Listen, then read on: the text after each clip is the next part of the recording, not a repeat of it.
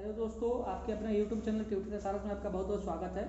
पिछले वीडियो में हमने अर्थशास्त्र क्या होता है उसके फर्स्ट पार्ट को पढ़ा था। आज हम उसके सेकंड पार्ट को पढ़ेंगे कि सेकंड पार्ट में क्या क्या बताया गया अर्थशास्त्र के बारे में। इस वीडियो को अंत तक देखिएगा, आपको बहुत मज़ा आएगा कि अर्थशास्त्र में क्या क्या बातें हैं, क्या क्या किस प्रकार से बताई गई हैं और ये आम जीवन में इसका कितना उपयोग है। इसको आप लोग ज़रूर पढ़िएगा। तो आइए हम लोग शुरू करते हैं। विकास के आधार पर दुनिया के देश कितने प्रकार में डिवाइड किए गए हैं उसके बारे में पढ़ते हैं। तो विकास के आधार पर दुनिया के देश 3 प्रकार में विभाजित किए गए हैं। पहला है विकसित देश, दूसरा है विकासशील देश और तीसरा है अर्ध विकसित देश। पहला टॉपिक हम लोग का विकसित देश में क्या क्या है, विकसित देश कौन होते हैं उनके बारे में हम लोग पढ़ते हैं, जिसको डेवलपमेंट कंट्री कहते हैं। वे देश जो अपने संसाधनों का दोहन कर चुके हैं। ऐसे देशों में गरीबी, बेरोजगारी, जन्म दर और मृत्यु दर अत्यंत निम्न होता है।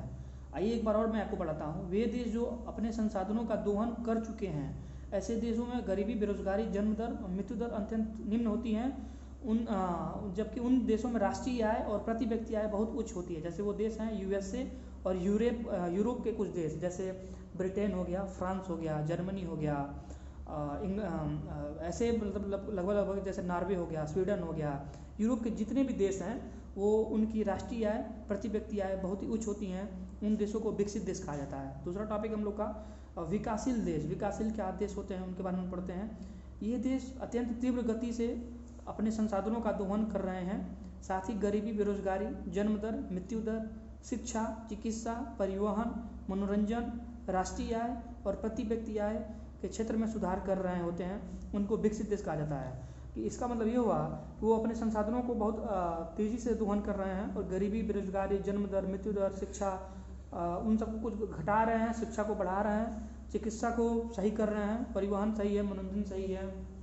फिर इसको हम लोग राष्ट्रीय आय सही कर रहे हैं। इसको विकासशील देश कहते हैं। जैसे एशिया के देश हैं, जापान को छोड़ के, जापान एशिया में भी होके वो यूरोप के देशों में गिना जाता है, वो विकसित देश में गिना जाता है क्योंकि जापान की इकोनॉमी बहुत ही शानदार है, वो विकसित देश में गिनी जाती है। एशिया के देश जैसे इंडिया हो गया, बांग्लादेश हो गए, श्रीलंका हो गया, पाकिस्तान हो गया और ऐसे बहुत से देश एशिया में, जैसे थाईलैंड हो गया, म्यांमार हो गया, ऐसे वियतनाम हो गया। ये एशिया के जो भी देश हैं वो विकासशील देश में आते हैं।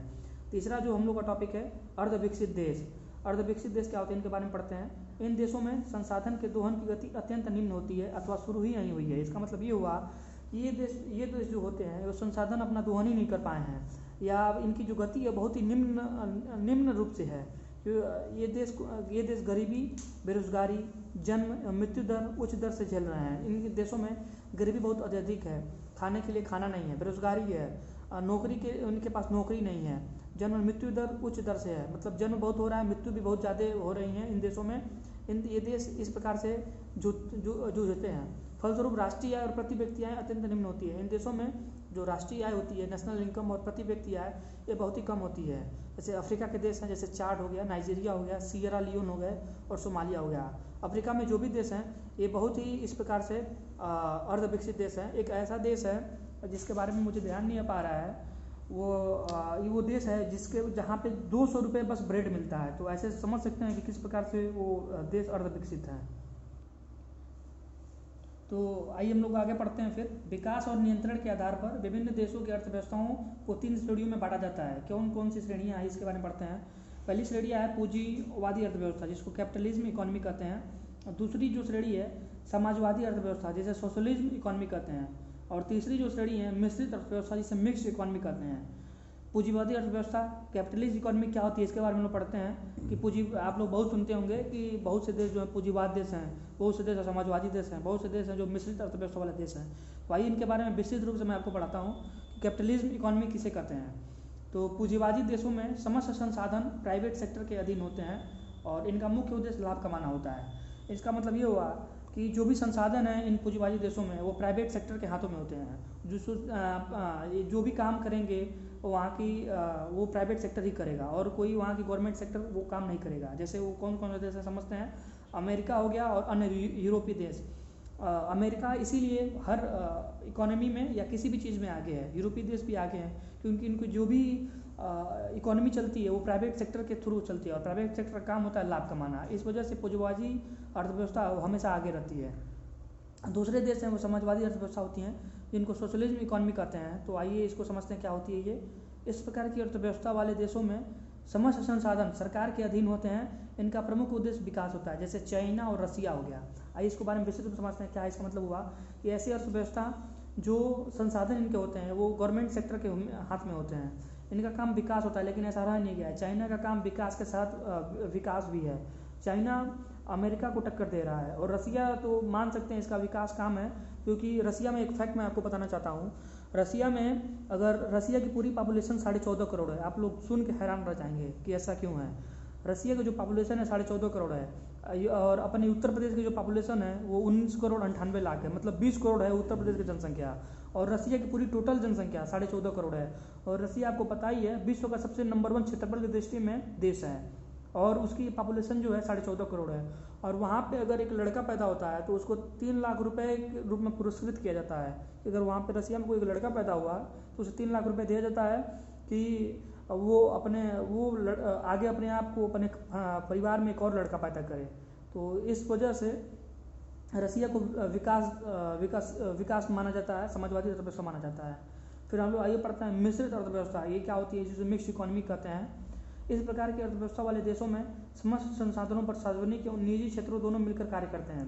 इसका प्रमुख उद्देश्य विकास के साथ साथ कल्याण होता है। इसका क्यों मतलब होता है ये क्योंकि समझते हैं, क्योंकि मिश्रित अर्थव्यवस्था वाले वे देश हैं जो कहीं ना कहीं ब्रिटेन के या अन्य कॉलोनी के गुलाम रहे। उन देशों में गुलामी की वजह से उन देशों की जो भी पर्सन थे या व्यक्ति थे वो अपने जीवन को जीने की इच्छा ही नहीं रखते थे। इस प्रकार से ये मिश्रित अर्थव्यवस्था का ये नया सिद्धांत आया और इस अर्थव्यवस्था में लोगों का विकास और कल्याण देखा जाता है, क्योंकि अगर लोग जिएंगे ही नहीं तो किस प्रकार से अपने आप को विकास करेंगे और देश का विकास करेंगे। तो इस मिश्रित अर्थव्यवस्था में भारत, श्रीलंका और अन्य एशिया वाले देश केवल चाइना को छोड़कर आते हैं। तो एशिया में जैसे बांग्लादेश हो गया, श्रीलंका हो गया, म्यांमार हो गया, मालदीव हो गया, थाईलैंड हो गया, ये सारे देश जो है मिश्रित अर्थव्यवस्था वाले आते हैं। तो आइए अगला नोट में हम लोग पढ़ते हैं।